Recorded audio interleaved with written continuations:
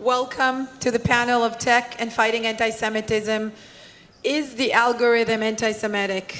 My name is Sagit Sadeh. I am the National Senior Director of Academic Action, and I will be introducing the moderator of this panel, Mr. Adam Milstein. I've learned lots of interesting facts when I started working on this. Does anybody know which year the IAC was founded? 2007, close, 2006. So, co-founded the IAC, this guy, Adam Milstein.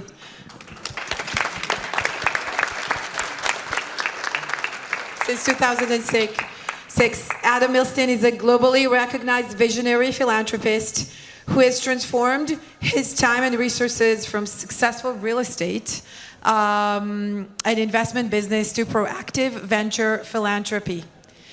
Co-founded the IAC and investing in more than 150 nonprofits, many of them which he co-founded himself, focusing on strengthening the US-Israel alliance and combating anti-Semitism. Adam's approach goes beyond financial support.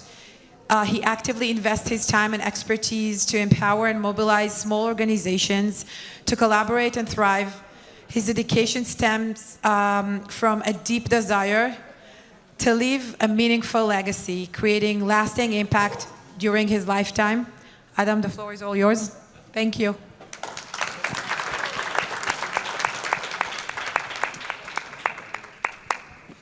Thank you, Sagit.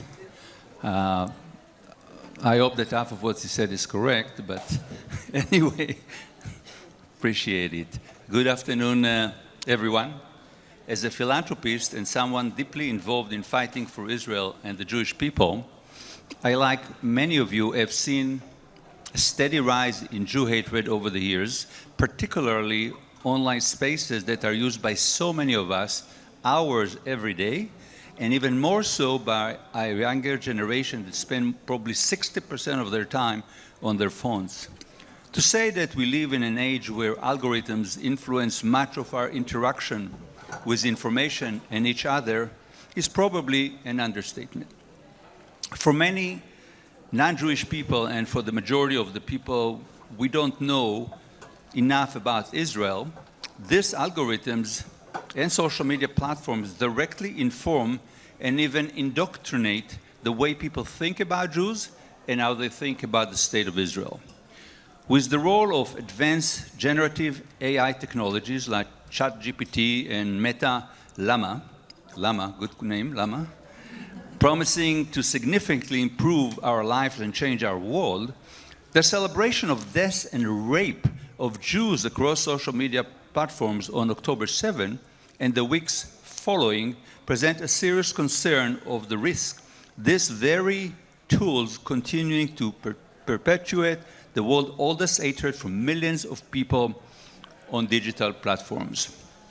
The question we pose today on this panel is both profound and probably one of the most important questions to ask ourselves today. Are algorithms inherently anti-Semitic? Our esteemed panel includes some of the most innovative minds and pioneering leaders in technology, counterterrorism, and media.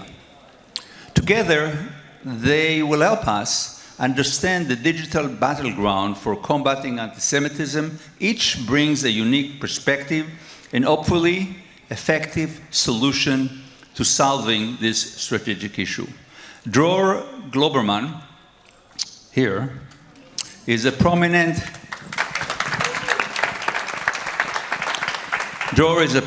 Israeli speaker, tech journalist, and media personality.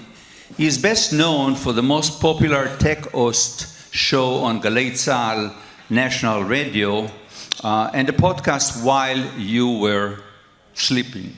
Actually, while you were working. I just want to see if he's asleep. Dror frequently covers the latest development in the tech world and their impact on society and business and culture. In Skip Intro, his popular English and Hebrew newsletters. His work bridges the gap between tech innovation and mainstream audiences, making complex topics accessible and engaging. Dror will offer his perspective on the question, is social media rigged against us?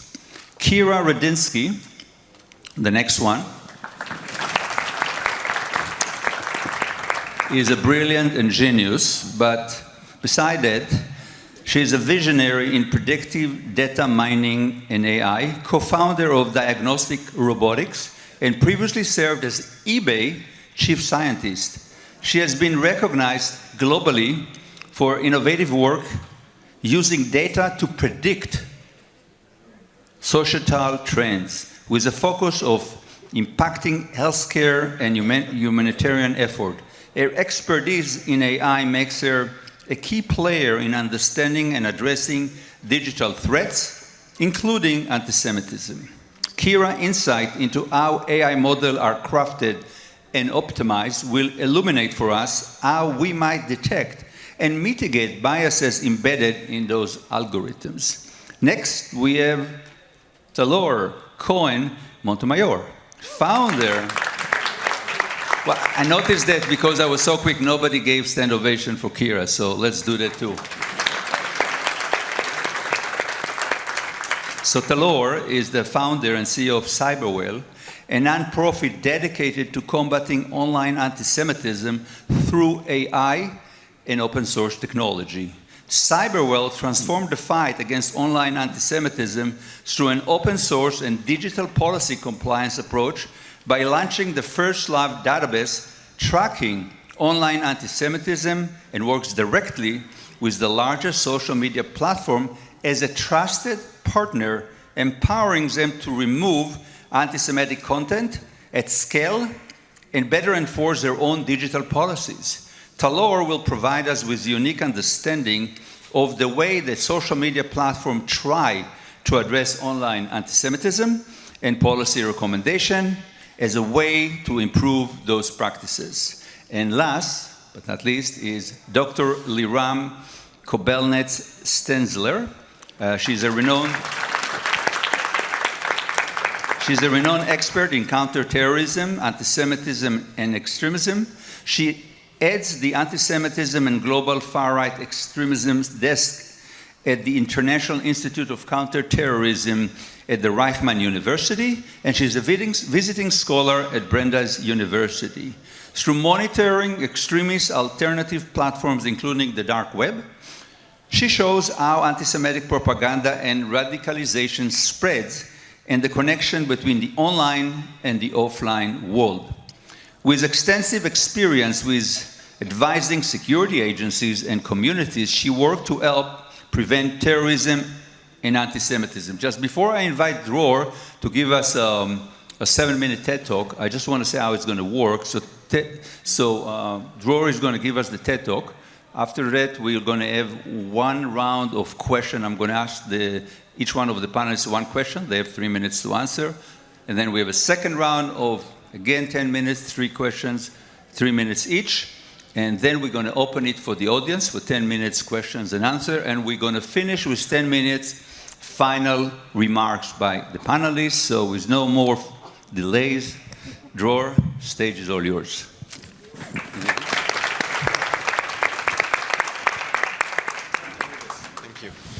Thank you, Adam, for this generous introduction, and thank you all for having me today.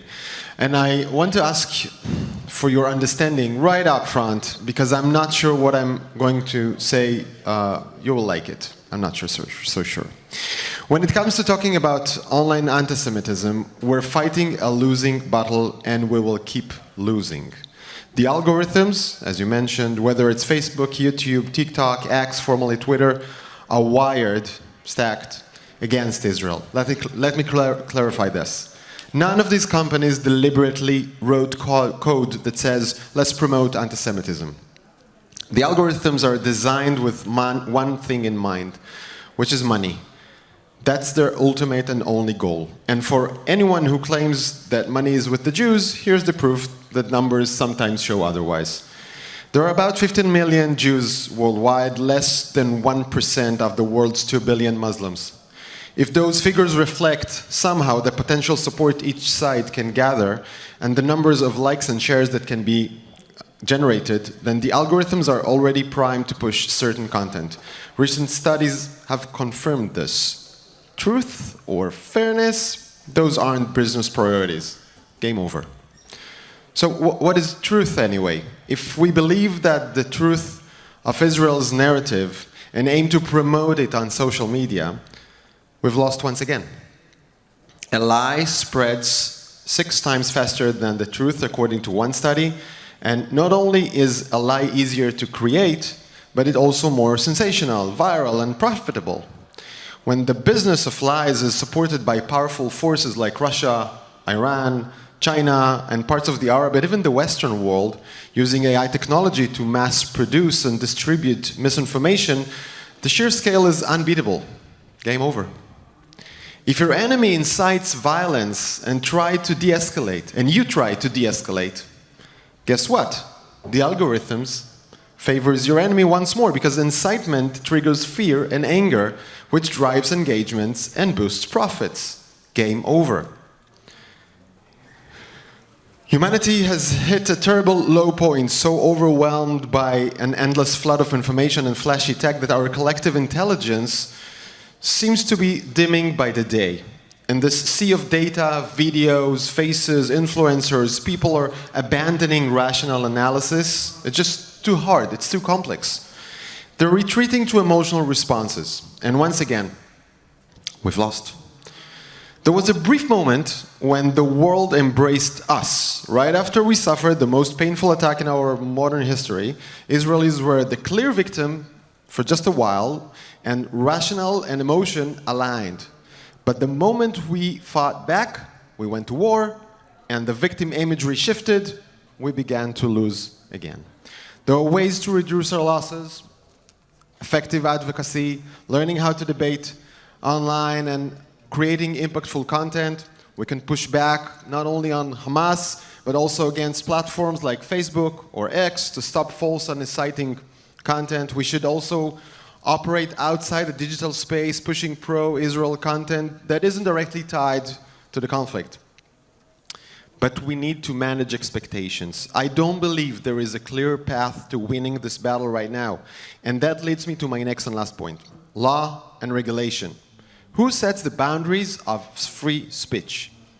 In a democratic country, there is the law. But the law has been overshadowed by tech giants globally. Just this week, California Governor Gavin Newsom banned deepfakes that could mislead voters during elections, yet almost immediately a deepfake targeting him emerged, shared by none other than Elon Musk himself on X. Well, it might seem like a political skirmish between conservative and liberals. I don't think that is a story. It runs way deeper. It's about state sovereignty versus the power of tech billionaires. It's about the rule of law versus technology. And it's about the question, how much freedom is too much? Just because technology allows something doesn't make it legal, moral, or even fair. And as artificial intelligence advances and becomes more user-friendly, that means accessible to everyone, we're going to face even more questions like this. Humanity needs to quickly develop a strong moral compass that does not depend on the latest tech update. Because right now, we're seeing more and more examples of how unchecked mix of capitalism, advanced technology, and free speech, which are some of the pillars of Western democracy, this mix is actually undermining this very democracy. I want to wrap up with education. We know how powerful it can be, but let's consider what we're up against, especially with younger generations, but not necessarily. They have a hidden educator. You guessed it right. Again, the algorithm. Whether it's on TikTok, Instagram, or X, for many kids and even adults, the lesson is simple. Likes and shares measure your worth. Not only how original or creative or smart or audacious or beautiful you are, it's about the worth of your very existence. And the ability to play into the algorithms game will measure this for you. So, as I said earlier, the easiest way to win this game is to spread hate, fear, and lies, while pushing your thoughtfulness and empathy aside. That's why people are so rude and dismissive nowadays online, because it gets them noticed. Antisemitism and anti-Israel sentiment is often just a convenient way to rack up likes for yourself. So on top of traditional antisemitism and ignorance and hatred, we're up against irresponsible technology, big money, weakened sovereignty and regulation, and the culture rotting from these influences. I genuinely hope that the esteemed panel here can either prove me wrong or find some solution, or at least some hope. Thank you so much. Thank you, Dror. Thank you, Dror. So now we're going to have the first round of questions to the panelists. Each question, they have about 3 minutes to answer. And here we go. Kira, you're here.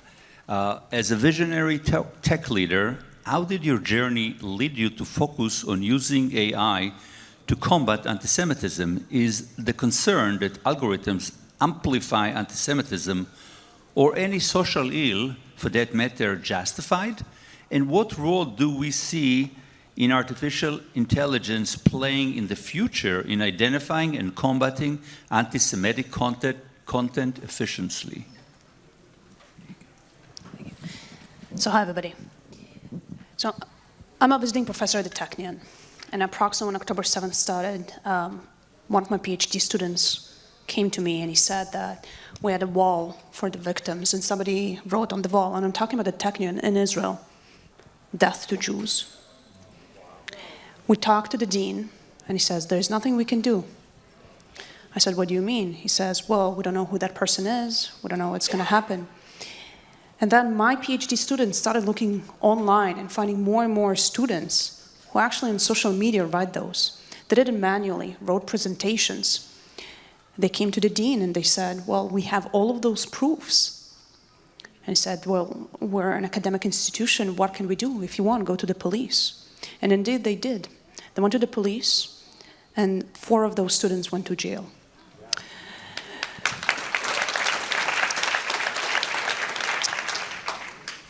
And this is when we stood. This is just an example in Israel where we're supposed to be protected. This is a place where we're not used to be discriminated against. And in social media, it happens all the time. It's not something we can manually keep on doing. It took them so many hours. So this is where we started applying AI. We applied AI first on Twitter, Instagram, TikTok. We had around 150 volunteers who were looking at texts and labeling for us whether it's anti-Semitic, anti-Israeli or not. We started building machine learning models that mimic what they've done. The same thing we did on images. But on Twitter and TikTok and others, you actually need humans to report. So we partnered with an initiative called Digital Dome that had hundreds of volunteers, and we supplied them the names and the profiles of people that need to be reported. And we've been doing this for the entire last year. The problem is it's a drop in the ocean, right? We took out thousands of posts, but there's, I'm not kidding, 1 billion more. And the question is, what can we do? And very shortly, I will approach that. Historically, there's 2 ways of fighting hate. We saw this after World War II. We saw this in the United States with anti-racism as well in '61. First of all, you do punishments. It has to be not cool and severely governed by law. In parallel, you work on the prizes. You build education. You work on actually spreading the good. But this is a 20-year journey. Right now, everybody's working on the 20-year journey. Let's educate everybody. Let's build bots who talk about Israel and our fight. And I'm talking about what are we going to do today to change the law? Why it has become so cool to hate somebody who's Israeli, so, to hate somebody who's Jewish. So I moved to California approximately a year ago. And I'm talking California, very liberal. Every month we get an email from school talking about some anti-Semitic event. I'm talking about elementary school. So what we started doing right now, recently a law passed saying that the employers are also responsible for workplace harassments on social media. So we're applying the same technology, this time letting your employer know where one of your employees is doing something against your company, and becoming anti-Semitic. And this will be the punishment. Thank you, Kira. Phenomenal.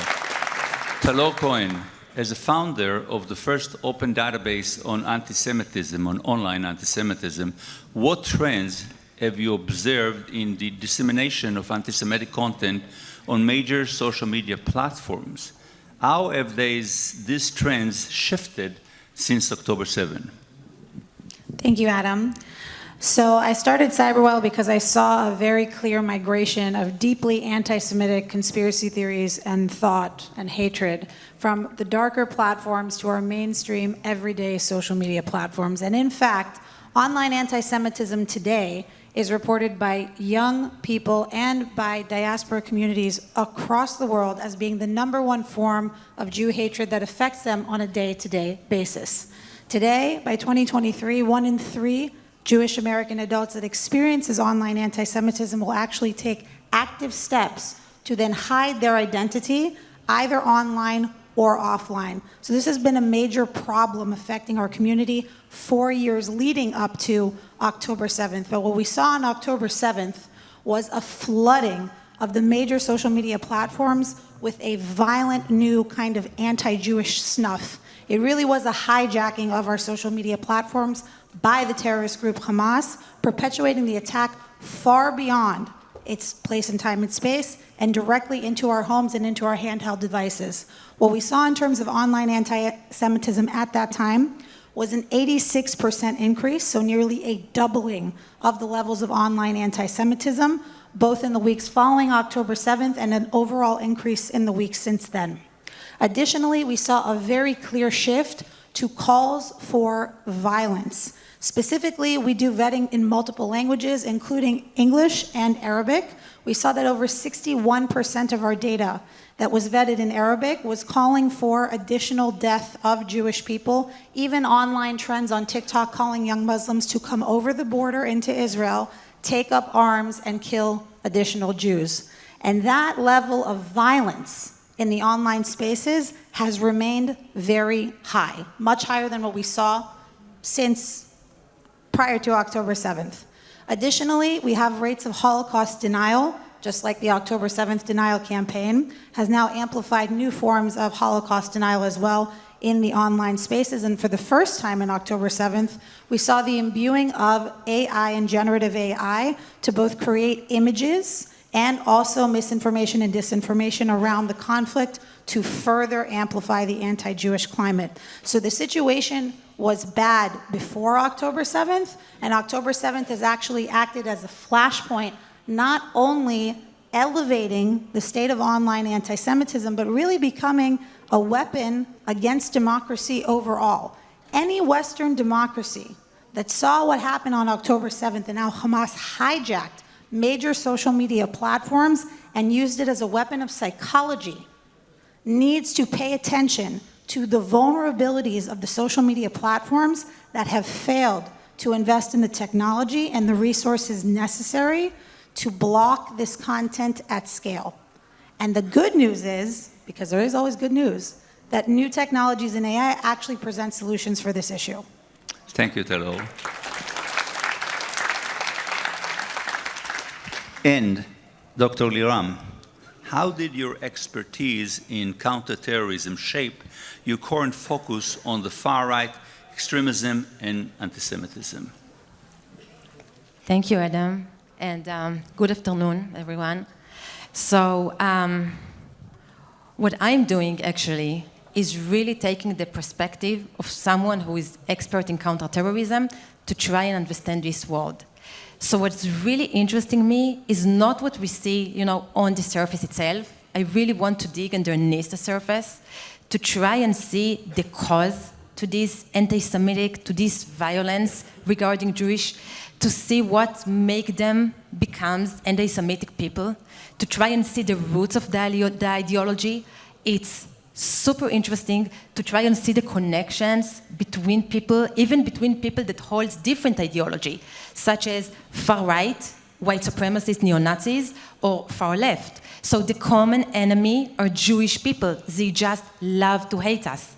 As much as Nazis hates even Muslims, they hate much more the Jewish people, unfortunately. And that's what I'm trying to do.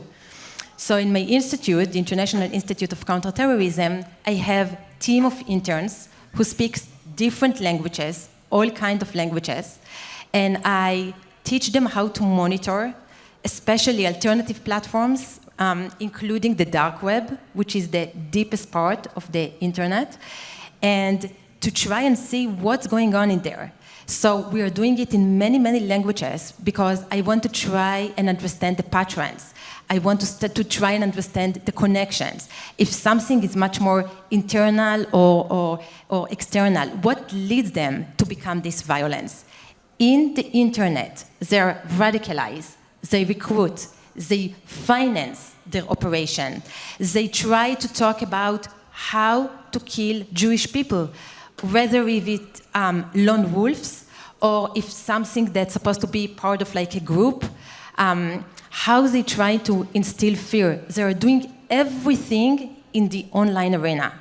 And I really believe that when I put everything, all the puzzle pieces together, I can try and make some de-radicalization process, try to think how we can affect them, what can we do in order to try and fix a little bit this huge, huge problem of hate against Jewish people. Thank you, Liram. We're now going to move to the second round of questions.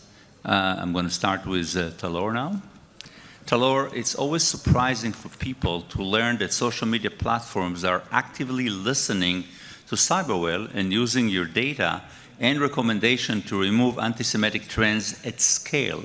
How accurate is it when people say that social media platforms are not interested in removing online anti-Semitism because, as Dror said, there is a monetary incentive for them to keep it up?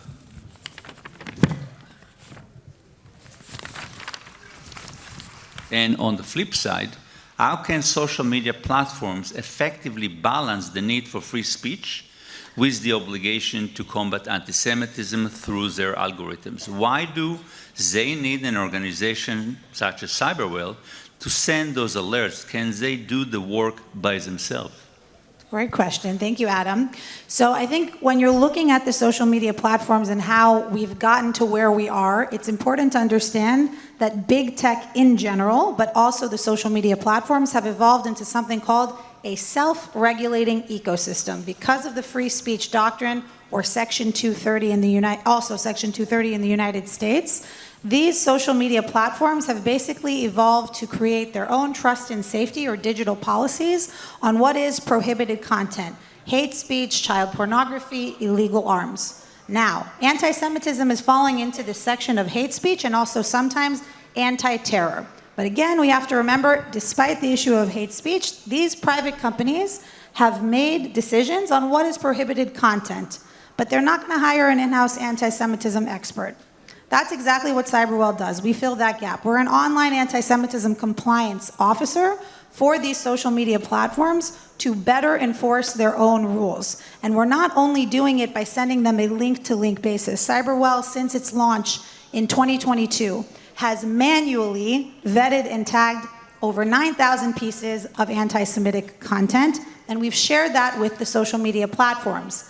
But that information has resulted in over 190,000 pieces of content being removed in the last 2 months alone, and 3 major policy changes. And what I want people to understand is, just like Dror spoke about the regulation being the key, policy decisions and the resources that platforms dedicate to the issue of anti-Semitism internally on their algorithms in their company, that's the key. I want to give you an example. Holocaust denial is prohibited content across all social media platforms. What's the good news? This is one of the better enforced forms of anti-Semitism online. We collected a data sample of 300 examples over the course of a year, Holocaust denial online, that reached 11 million people. That sounds pretty bad.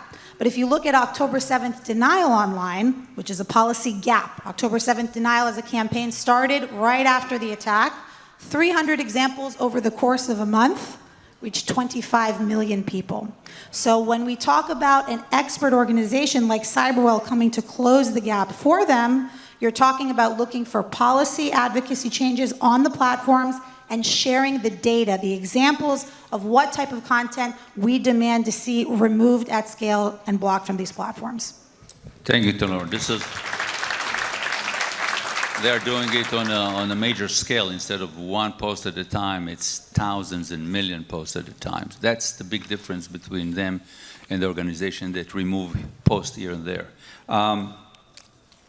Liram, from what you observe in your work, what is the danger posed by technology that may lead to the rise in anti-Semitism, and how extremists exploit it? Thank you, Adam. So I truly believe that these extremists, we can call them terrorists even if we want, they really master the art of weaponizing the internet. They use it as a tool. And imagine, almost everyone has internet. It is such a dangerous thing, right? It's supposed to do good, but sometimes it just causes damage. Now, Tal-Org here, she talked about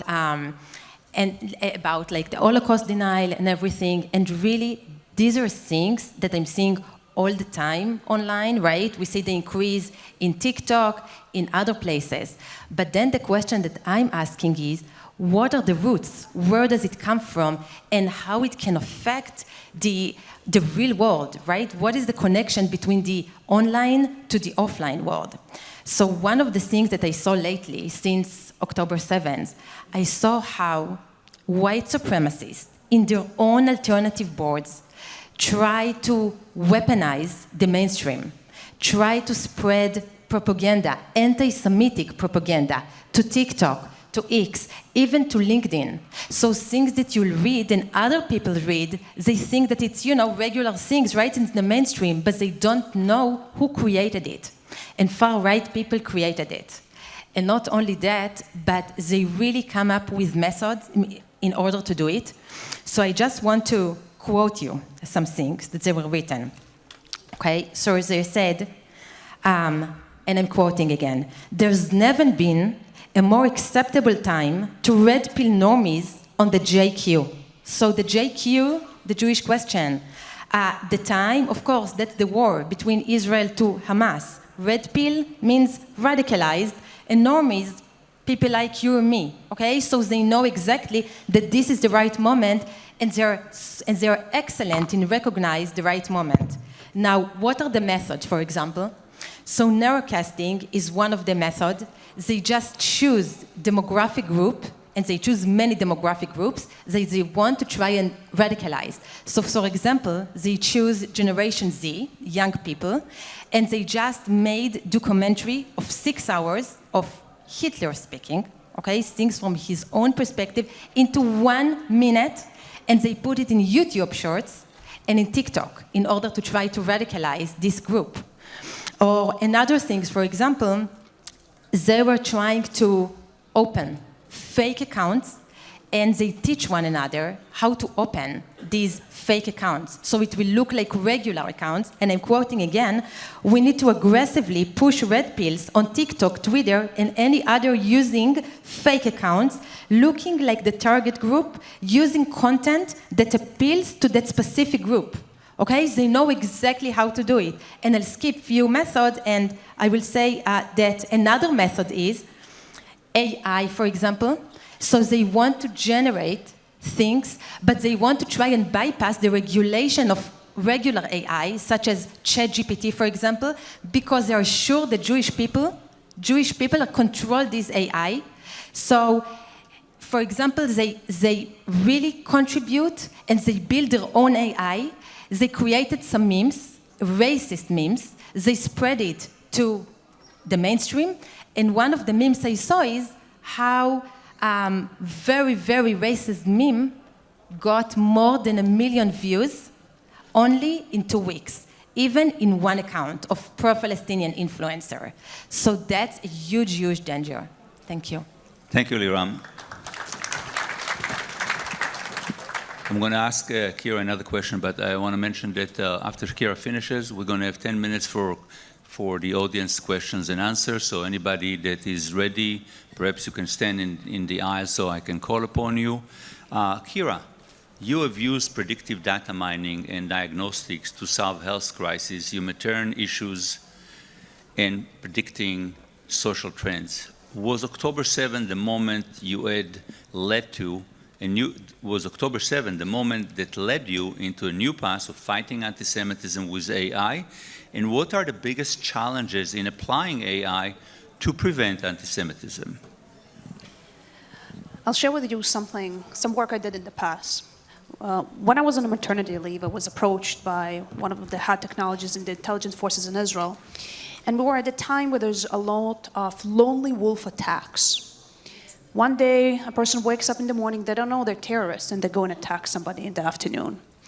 The reason this was a huge change from an intelligence perspective is, historically, how does intelligence work? You're trying to listen to the head of an organization. You can get to them, you get to somebody on the second tier, third tier, etc. One day, there's 2 million people, and some of them don't know they're terrorists in the morning, and then something happens in the afternoon. You need to completely change the technology and how it works. So this was the first time that we understood we can start applying AI to those type of problems. We started accumulating all of the public and non-public information and identifying terrorists before they become terrorists. All of this was also published in the news if you want details, but one of those patterns that made a huge impact on me, we found out there's a very interesting subpopulation, pregnant women. Turns out, and it's very uncommon for terrorists to be pregnant women, but they would come and try to stop soldiers in the borders. After we found this pattern, some of them were in prison, they were approached, and it turns out those are women that had a relationship outside of marriage, and they knew their family will kill them. So eventually, they had 2 options. Either going to get killed, they're going to get killed anyhow, so why not for God? The other option is getting to prison, being saved. Once we understood that, we had an action. The action we took, and when we say we, is actually the army, they built shelters for women. They would identify women who have outside of marriage relationship and do something.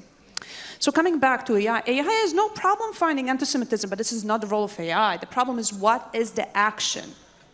So let's go back to what Dror said. The way we started, we said, well, we'll build bots. They will reply to all of those people who are saying wrong things. No, this gets more engagement. Wrong. AI did the right thing, but got the wrong thing for the algorithm.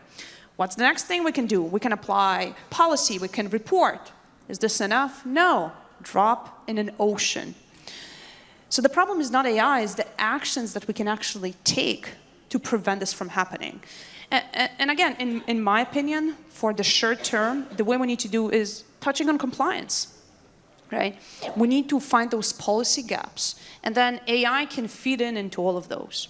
Now, one of the things we're discussing today is a lot in generative AI, the fact that the generative AI is producing also anti-Semitic content. You'll ask it things about, let's say, Muslim and Jews. It will say, no, I want to answer about Muslims, but on Jews, it will answer.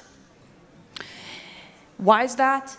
Again, remember how those algorithms are trained. They're trained on information coming in from the web. How much more information there is about Jews as compared to Muslims and other religions?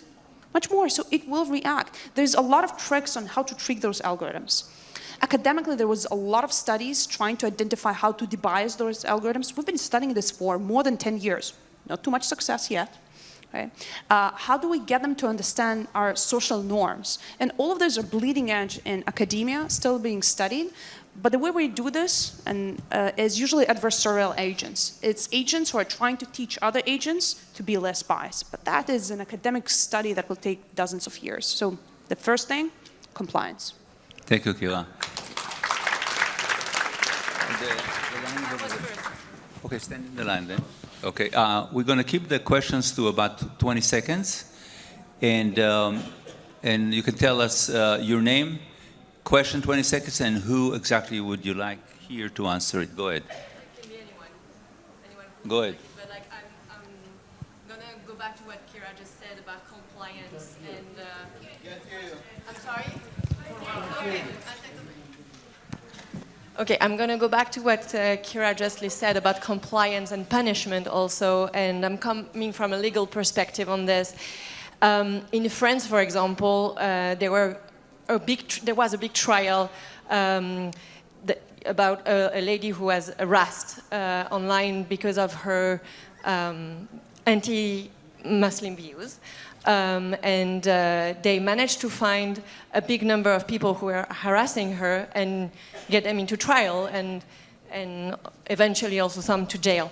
And I'm wondering what are the legal tools in the US that could be used now, and if they are not, like, what kind of recommendation could you make so these punishments can actually happen?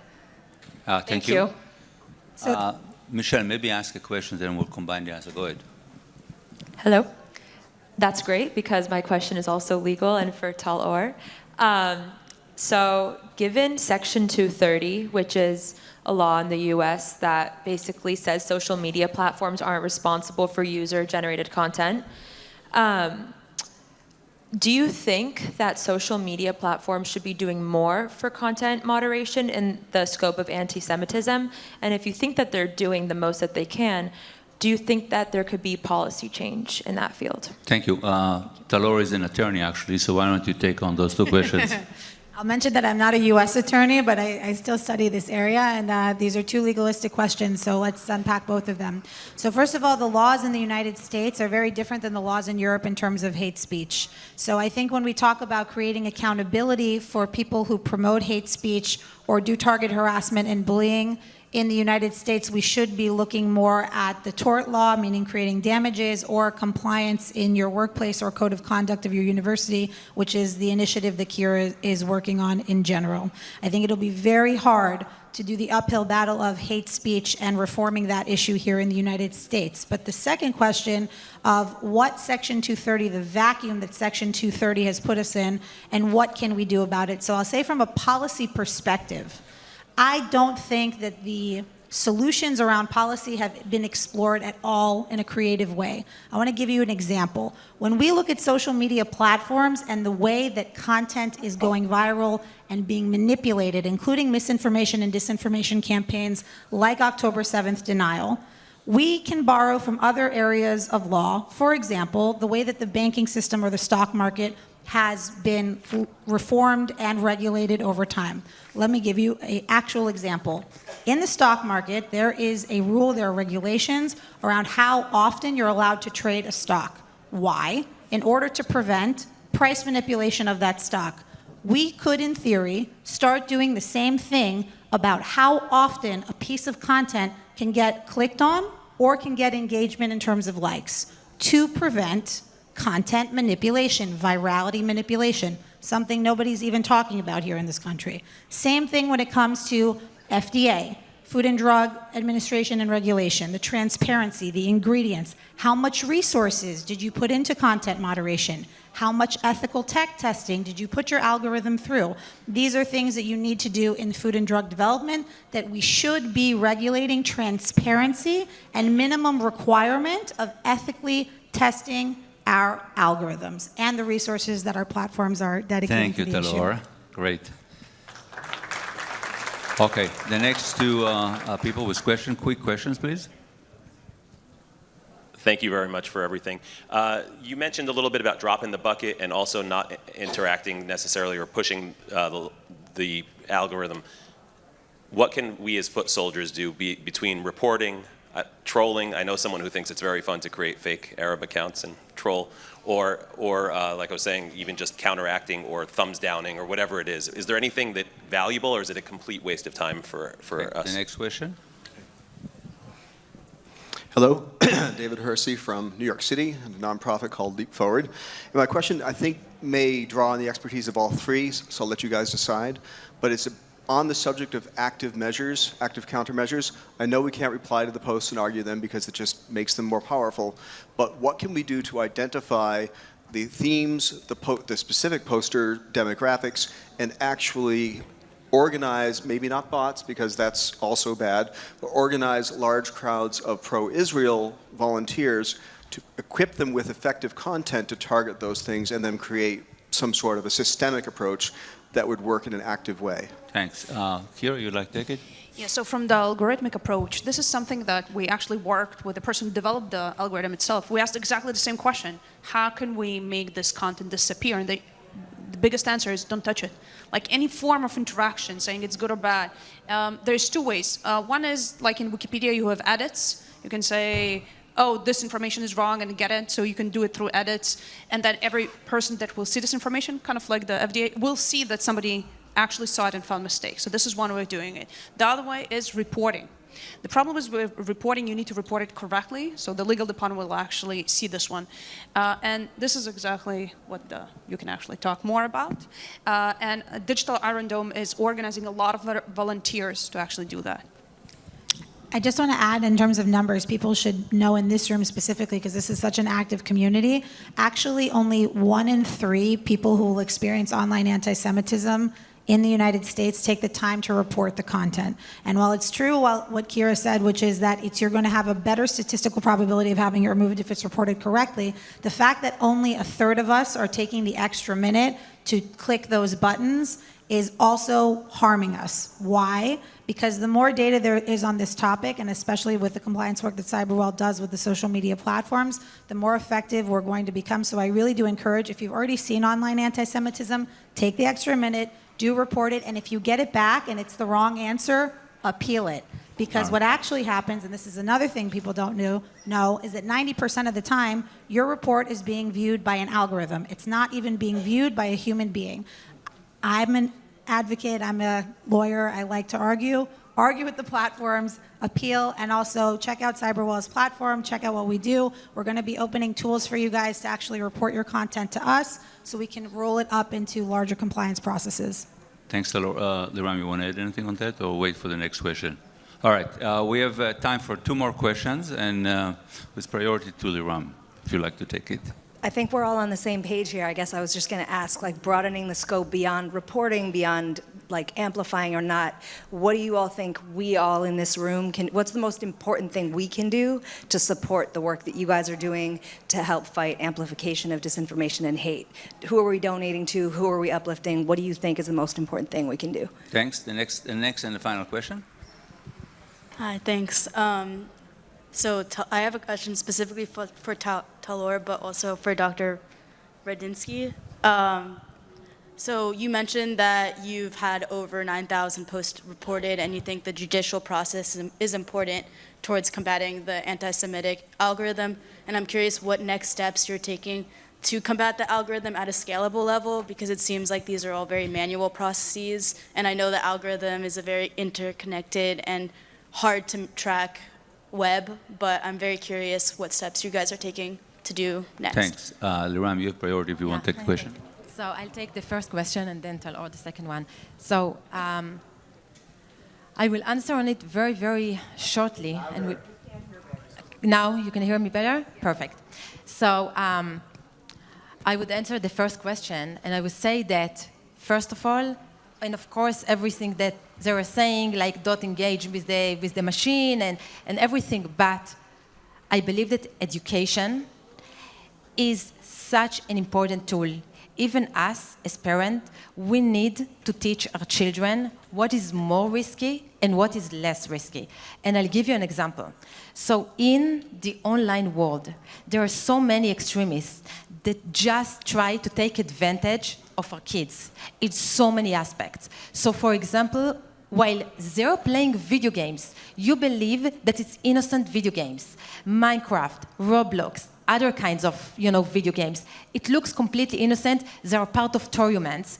But within the platforms, and it can be few platforms, there are radical people that try to take advantage to radicalize them. Okay, and to radicalize other people. They can use the chat, they can use the mic, they can write. So they really need to listen. They really need to understand. And if they hear something that looks really or sounds suspicious, they have to tell their parents, so you'll be able to say things. Another thing, there are so many apps. For example, app called Omega, Talk with Strangers. So there are people over there that try to target your kids. Okay, they try to come up with a conversation with them, try to instill fear. Then they making jokes. Then they try to target their own social platforms. It is really, really scary. Our kids out there. And we, as parents, have a mission to explain them all that. Thank you, Liram. We don't have more time to questions. We're going to go now for the last round, where I'm going to ask all of you the same question. We have about 3 minutes each to answer. So if we succeed in leveraging technology to its full potential, how do you envision the future of combating anti-Semitism and extremism? What key milestone do you see on the horizon for making such a lasting impact? We'll start with Kira. Don't fight the algorithm. The algorithm is not the problem. Okay, the social media, the platform itself is not a problem. It's the content that we generate. I want to touch on a specific point. In Israel education, most people are taught to be engineers, really good engineers, right? We don't know how to write really well. I don't think anybody here will say we're good in PR, right? And I think this is skills that are being learned very well in the American ecosystem. I think this is exactly where we come together, right? How can we join those forces, right? And the major one is, yes, I think a lot of engineers can develop the next AI tools to identify, detect. We can build systems that perpetuate a message. But what is the message? There's no single message. I go to many locations, capitals, and others. Pro-Palestinians have specific messages. 3 messages, time after time again. Each one is tailored to that specific culture. What is the Israeli message that we're pushing? There's nothing concentrated that we say, like, here's the 3 things we're all going to say. There is no organization who's pushing this. So I would say this is one of the things that we should start doing this. It can start either from the Israeli side, the American side, but this is something that is our problem together. Thank you. Tal-Org, hold a second. I want to give the next to Liram, and you will finish. After the 3:30, the panelists will stay here to make connection, answer any personal questions. So, Liram, go ahead. So, as I said before, I truly believe that these people, they understand technology. They know technology, right? Even ISIS understand technology. And of course, these are people from Western country we are talking about. So we need to come up with many solutions to try and overcome like anti-Semitism everywhere, in the online and outside, in the regular world. And one of the really most fantastic initiative that I saw after October 7 was an initiative that was established by a woman that lost her nephew in October 7th. It's called the Adir Challenge. And the aim of it is combat anti-Semitism with technological tool. So I was a judge in one of the competition, international competition, that they tried to arrange with $1 million prize. And really, like, the Jewish mind is unbelievable.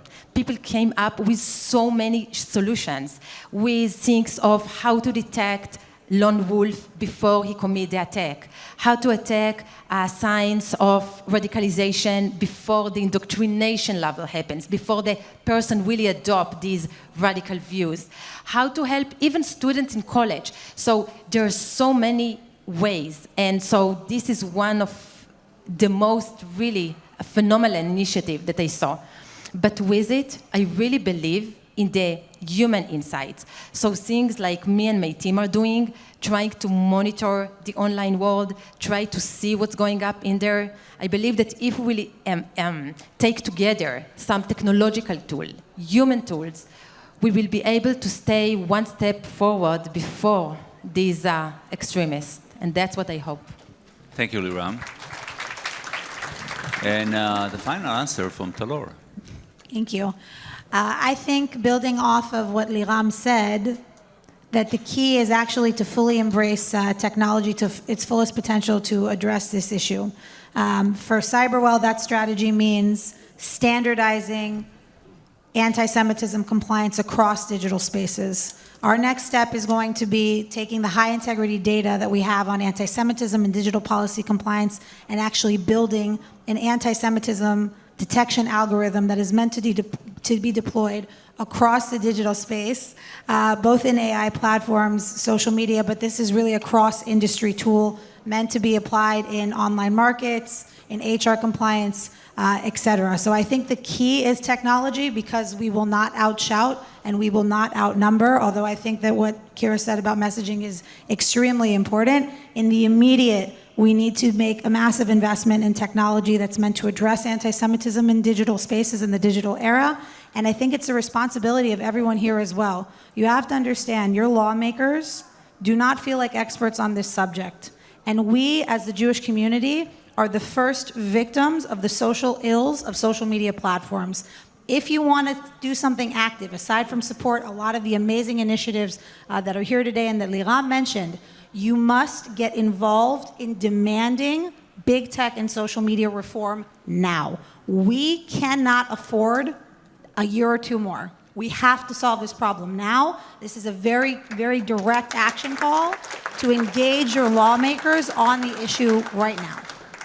Phenomenal. So I think this panel was excellent, brilliant. I didn't understand enough of the things, so don't feel bad. But not only were they so good, but we finished on time and everybody has questions. And the audience, so stand ovation for the panel.